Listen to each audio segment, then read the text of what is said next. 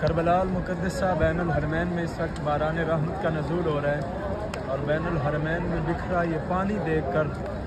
सादात के प्यासे बच्चों की प्यास याद आ रही है। आप सब की तरफ से मौला बाबुल हवाइज की बारगाह में पेश करते। हमको पानी ना मिले तेरी खुशबू तो रहे, तेरे बाजू ना कटे चाहे मशकीज़ा छिदे, ये मगर हो ना सका तेरे बाजू है जुदा,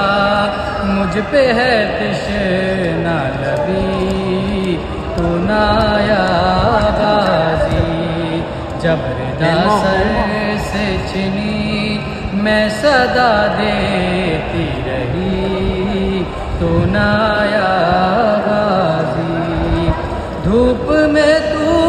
था शजर तुझसे आबाद था घर, है बरहना मेरा सर क्या नहीं तुझको खबर, ऐ अलमदार वफा इस बहन को बाखुदा तुझसे ढारस थी बड़ी तू ना आया गाज़ी, आ गई शाम अलम लुट गए हरम,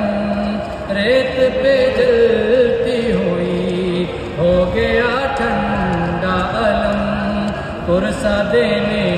के लिए मुझसे मिलने के लिए आ गए बाबी तू ना आया, जब सर से छिनी मैं सदा